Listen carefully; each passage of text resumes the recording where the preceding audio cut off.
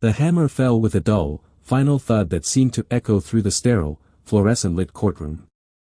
Elias Thorne stood near the back, his knuckles white as he gripped the worn leather of his briefcase.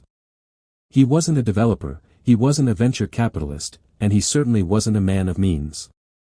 He was a local history teacher with a penchant for maps and an odd habit of spending his weekends browsing the county clerk's surplus property listings. Most people saw the listing for Parcel 402, a jagged, 6-acre strip of scrubland bordering an old industrial corridor, as a liability. The tax records were a mess, the soil was rumored to be sandy and useless, and it had sat unpurchased for 3 consecutive auctions. But Elias had spent weeks cross-referencing old land surveys with post-war urban planning archives. He didn't see a liability, he saw a mistake. A quiet, administrative error buried in the fine print of a zoning reclassification from 1954. Going once, going twice. Sold to the gentleman in the back for $900, the auctioneer droned. Elias let out a breath he felt he'd been holding since dawn. $900 was his entire emergency fund, the money he had been tucking away for a new transmission for his aging sedan. Now, it was tied up in a dirt patch that the bank, a monolithic regional lender that had foreclosed on the previous owners years ago, couldn't wait to unload. The bank officer, a sharp-featured woman in an impeccably tailored navy suit, glanced back at him. She didn't offer a congratulatory nod, she offered a look of mild, detached pity. To her, this wasn't a strategic acquisition. It was a nuisance being cleared from the ledger. As Elias walked to the clerk's desk to finalize the deed transfer, the reality of what he had done began to settle in. His friends called him cautious to a fault. He wasn't a gambler. But the legal documents he had found in the archives, specifically the dormant easement rights regarding the adjacent utility corridor, suggested that the property wasn't just a worthless field. It was the only legal gateway for a proposed infrastructure project that the city had been quietly discussing in closed-door sessions for months. He didn't have a legal team. He didn't have a plan beyond, buy the land. He had simply followed the trail of breadcrumbs, assuming that if the big banks were overlooking it, they were blinded by their own bureaucratic efficiency. He owned the land now. He had the title, the deed, and the singular, terrifying realization that he was suddenly standing in the path of a multi-million-dollar development machine. He walked out of the courthouse and into the blinding midday sun. The field was only 10 miles away. He decided he needed to see it, to walk the perimeter, and to understand exactly what the bank had been so eager to hand over for a measly $900. As he drove, he thought about the phrase, buyer beware. It usually warned of hidden defects, like termites in a wall or a leaky roof. But in the world of high-stakes land acquisition, the danger didn't lie in what was broken, it lied in what was hidden in plain sight. He was about to find out that a worthless field is only worthless until someone else decides they desperately need it. The silence of the field was absolute when he arrived. It was overgrown with wild rye and choked with invasive brush. Yet, as he paced out the northern boundary, he noticed something the bank's appraisers clearly hadn't. A row of weathered, brass-capped survey markers that didn't align with the current tax map, but perfectly matched the original 1950s platting. He pulled out his phone, captured the GPS coordinates, and felt the first cold prickle of adrenaline. The legal conflict hadn't started yet, but the trap was set. He was the only one who knew the trigger. The air in the field felt different now.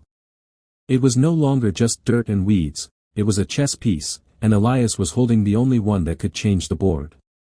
He spent the next 3 days in the county archives, buried under layers of microfiche and digitized records that had been uploaded but never cross-referenced. The bank, in its rush to clear its balance sheet of non-performing assets, had failed to perform a deep-dive title search.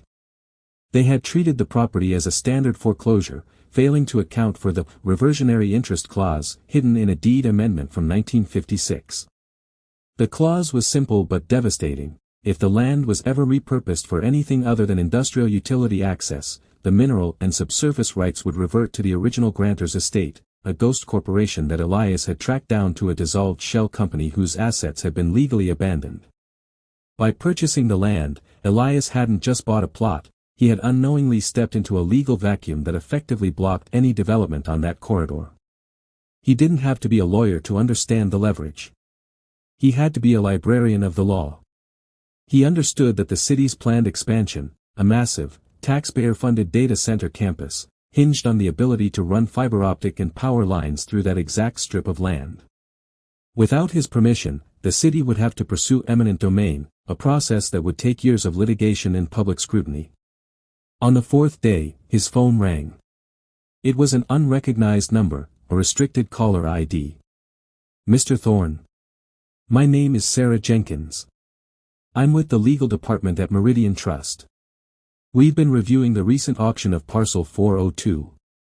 The voice was cold, professional, and entirely devoid of warmth. Elias felt his pulse quicken, but he kept his voice measured. Yes, Ms. Jenkins. I'm the owner. Is there a problem? A minor administrative oversight, Mr. Thorne. It appears there was a clerical error regarding the assessment valuation of that plot. Our records indicate it shouldn't have been put up for auction in its current state. We'd like to offer you a refund of your $900, plus a generous administrative fee of $500, for your trouble. We just need you to sign a quitclaim deed to rectify the file. $500 profit for 3 days of work. It was a tempting offer for a man who lived paycheck to paycheck. But Elias knew that clerical error was the universal language for, we just realized how much money we're about to lose. I appreciate the offer, Ms. Jenkins, Elias replied, leaning back in his chair. But I did my own due diligence. The title search I performed suggests the property is legally sound, and the auction was final. I'm quite happy with my purchase. There was a long silence on the other end. It was the silence of a shark realizing its prey had teeth. Mr. Thorne, I strongly suggest you reconsider, she said, her voice dropping an octave. The bank has resources that, well, let's just say that legal complications can become very expensive for private individuals very quickly. We aren't asking for your cooperation. We are offering you a chance to walk away before this becomes a matter of public record. She hung up. Elias stared at the phone. He wasn't just a teacher anymore. He was a nuisance. And in the world of high-stakes finance, nuisances were usually crushed under the weight of billable hours. He realized then that he couldn't play by the rules they expected. If he tried to out-litigate them, he would lose every penny he had. He needed to make the land so toxic for them to acquire that they would be forced to negotiate on his terms. He went back to his maps. If he couldn't fight them in court, he would fight them in the court of public perception and bureaucratic entanglement.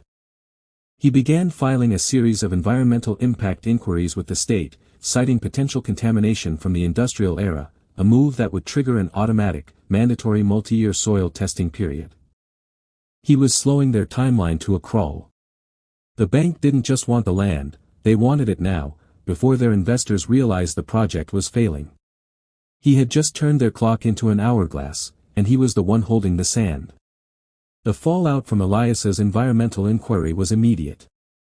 Within 48 hours, the regional office of the Department of Environmental Protection contacted him. They were polite, but their tone carried the heavy weight of bureaucratic obligation. Because Elias had formally flagged the possibility of legacy industrial contaminants, a very real possibility given the site's proximity to a former 1950s metal plating factory, the state was now legally bound to verify the safety of the soil before any development could proceed. Elias had effectively frozen the bank's asset. He sat in his small apartment, surrounded by stacks of paper, feeling the weight of his actions. He hadn't just bought a plot of land, he had effectively halted a multi-million-dollar regional development project. The irony was palpable. The bank had tried to bully him into surrendering his title for a pittance, and in doing so, they had forced his hand. He hadn't wanted to be a martyr for regulatory compliance, but they had left him no other choice. 2 days later, a formal letter arrived by courier. It wasn't from the bank's legal department this time, it was from a high-end real estate development firm representing the consortium behind the data center. The tone was vastly different. They were no longer threatening him with legal complications. Instead, they were inviting him to a strategic consultation at a glass-walled office in the heart of the city's financial district. When Elias arrived, he was ushered into a conference room that overlooked the entire skyline. The man sitting at the head of the table was David Sterling, a name Elias recognized from the business journals. Sterling didn't look like a man who spent his time dealing with 6-acre strips of scrubland. He looked like a man who moved cities. "Mr. Thorne," Sterling said, standing up and offering a firm, practiced handshake. "You've certainly made a name for yourself this week. Most people wouldn't have the stomach to initiate a state-mandated environmental review over a patch of dirt. It's an aggressive play." "I just did my due diligence, Mr. Sterling," Elias replied, keeping his voice calm. "I have no interest in holding up progress. I'm just an owner protecting his property." Sterling chuckled, a dry, humorless sound. "Let's dispense with the pleasantries. You know exactly what you're doing. You've locked us out, and you've triggered a testing cycle that will cost us hundreds of thousands in holding fees. You're asking for a payout. I'm asking for a fair valuation of an essential piece of infrastructure," Elias corrected, his heart hammering against his ribs. He knew he was out of his depth, but he held the card that mattered. The land isn't just soil. It's the easement. It's the only way your fiber optic lines hit the grid without crossing a protected wetland 3 miles to the south. You don't need the dirt, you need the path. Sterling leaned back, his eyes narrowing. He had expected a novice, he was dealing with a tactician. He hadn't realized that Elias had spent the last 3 weeks mapping the entire utility grid of the county. He understood the infrastructure constraints better than most of the engineers involved in the project. "If we go to court," Sterling said, his voice dropping to a low, dangerous register, "we will drag this out until you are bankrupt. We have the legal teams, we have the lobbyists, and we have the patience to wait out any individual." "You have the time, maybe," Elias countered, feeling a sudden surge of confidence. "But your investors don't. I've seen the reporting. Your funding tranche for this project expires in 6 months. If the environmental reports aren't cleared, your funding pulls back, and the project dies. You don't have time to wait for a court to decide the merits of my title. You need me." The room went cold. Sterling stared at him for a long, uncomfortable moment. He had been outplayed, not by a better lawyer or a wealthier opponent, but by someone who had taken the time to read the fine print. Elias realized that the worthless field was indeed worthless, until it became the linchpin for everything else. He was no longer just a teacher, he was the primary obstacle in the path of a juggernaut, and for the first time in his life, he understood the true meaning of leverage. It wasn't about strength, it was about position. The atmosphere in the room shifted from predatory to transactional. David Sterling, the man who moved cities, suddenly appeared less like a titan of industry and more like a high-stakes poker player who had just realized his opponent held the only winning card in the deck. He didn't blink, but the slight tightening of his jaw signaled a defeat he wasn't accustomed to admitting.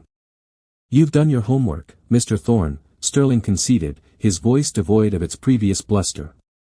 He gestured toward a sleek, minimalist chair. "Sit. Let's talk numbers." Elias sat. His hands were steady, though his mind was racing. He knew the figure the bank had originally tried to short-circuit. The total project valuation for the data center was rumored to be north of $400 million. If the path was blocked, the entire enterprise faced significant cost overruns that would make the project unviable for the bank's current investment partners. He wasn't looking for a win, in the sense of a grand, public victory, he was looking for a way out of his current life. He wanted to never worry about a car transmission or a rent check again. "I'm not interested in a bidding war," Elias said, leaning forward. "I want a clean, total acquisition of the title, free of any future liability on my part, for a price that reflects the strategic value of this specific corridor." Sterling pulled a tablet from his briefcase, tapped a few keys, and pushed it across the table. The number on the screen made Elias's vision blur for a fraction of a second. It wasn't the millions he might have dreamed of in a fantasy, but it was a transformative, life-altering sum, 7 figures. It was enough to retire, enough to never look at a county tax map ever again. "This is the go-away number," Sterling said bluntly. "We pay this, you transfer the deed, you sign a non-disclosure agreement that prohibits you from ever mentioning how this deal came to pass, and you walk away. No press, no public outcry about the environmental survey, no further questions about why the bank messed up the original sale. You become invisible again. Elias looked at the screen. The contrast between his life 2 weeks ago, calculating the cost of a used transmission, and the offer before him was stark. He had been a man living in the margins of society, watching the world move forward without him, using his curiosity as a hobby. Now, he was being paid to return to the shadows, to ensure the gears of the machine kept grinding without the grit of his interference. And if I refuse? Elias asked, testing the boundaries. Then we go to the county commissioners, Sterling replied smoothly. We argue that the auction was fundamentally flawed, that the sale itself was an administrative error that never should have been finalized. We'll tie you up in administrative court for years. You'll be right, eventually, but you'll be broke. You'll spend every dime you have on legal fees just to prove you own a dirt field that you can't afford to develop yourself. Is that the hill you want to die on? It was the reality of the legal system. It was never about who was right, it was about who could afford to stay in the game the longest. The bank had the infinite capacity to bleed him dry. Elias realized then that his power was fleeting. It existed only as long as he remained a credible threat to their timeline. Once the project moved forward, he would be nothing more than a footnote, or a casualty. He reached for a pen. He was a teacher, he understood that every lesson had a conclusion. He had taught his students that history is written by the victors, but he also knew that the most important parts of history were the ones left out of the textbooks, the secret deals, the quiet compromises, the moments where the powerful were forced to bend because someone in the back of the room simply refused to move. He looked at the contract. It was a masterpiece of legal draftsmanship, designed to strip him of his leverage while offering him just enough gold to ensure he didn't protest. He wasn't just selling a field, he was selling his leverage, his story, and his anonymity. He felt a pang of loss. The thrill of the hunt, the weeks spent in the archives, the feeling of finally being the one who knew the secret, it was all ending. I'll sign, Elias said, his voice quiet. But I want the money escrowed. I want the deed transfer to happen simultaneously with the bank releasing a statement that the property was acquired as part of a routine expansion, with no mention of the original auction error. Sterling smiled, a thin, sharp expression. We were going to do that anyway, Mr. Thorne.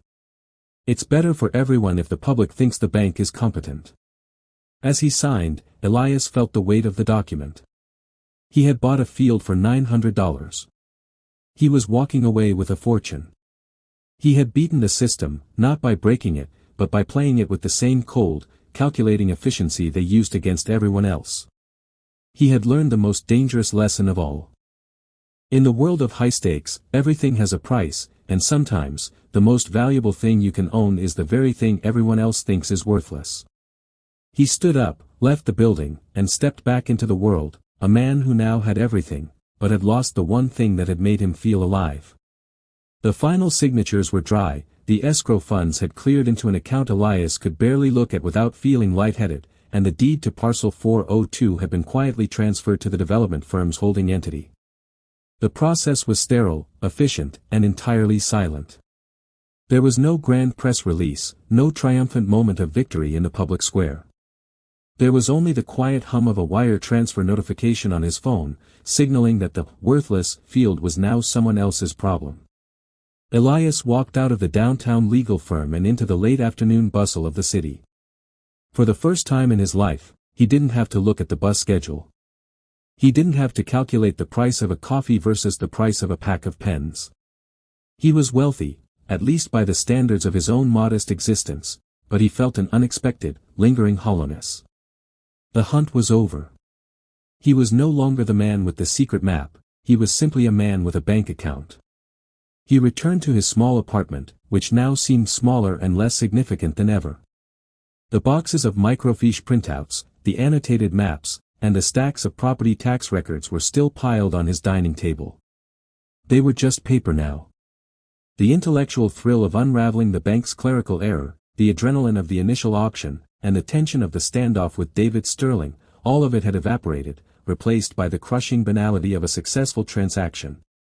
He realized that the game he had played was never really about the land. It was about the validation of his own perspective. For years, he had been a man who observed, who taught, and who existed on the periphery of the real world, watching the powerful dictate the rules. For those few weeks, he had entered the inner sanctum. He had proven that the system wasn't infallible, that the giants weren't omniscient, and that a single person, armed with nothing but diligence and a stubborn refusal to fold, could stop the machinery of capital in its tracks. But the machine always starts moving again. He looked at the news headlines on his laptop. The city had announced a routine expansion of the local infrastructure grid. A brief, two-paragraph statement mentioned that the bank had successfully consolidated necessary land parcels to facilitate a multi-million-dollar investment into the area's technological future. They had spun the story perfectly. The bank looked efficient, the development firm looked visionary, and the problem of the field had simply been erased from the ledger. Elias poured himself a glass of water and stood by the window. He thought about the field, the weeds, the brass markers, the silence. It was likely already being graded, the topsoil stripped away, the history of that specific strip of land buried under layers of concrete and fiber optic cabling. The secret he had held was now public utility infrastructure. He didn't regret the money. He wasn't naive, he knew the cost of living in a world where everything had a price. But he understood now that winning in this system often meant becoming complicit in it. He had taken his piece of the pie, but in doing so, he had stepped back into the shadows. He was safe, he was comfortable, and he was completely and utterly replaceable.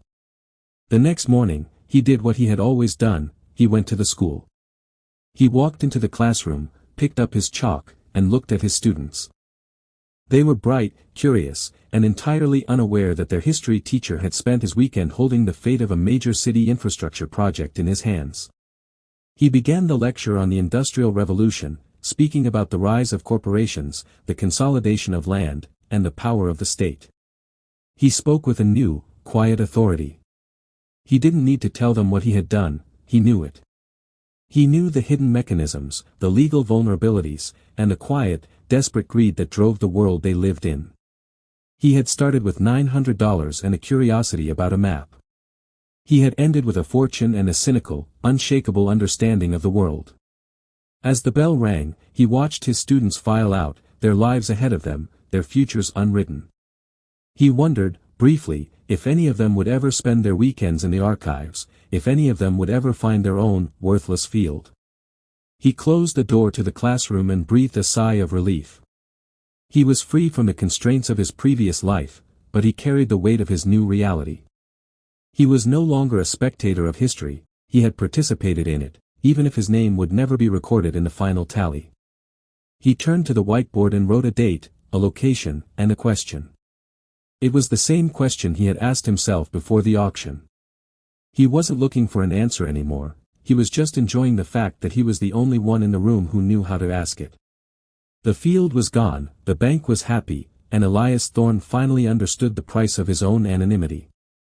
It was a fair trade, he decided, as he locked the door and walked out into the sunlight of a life he had never expected to live.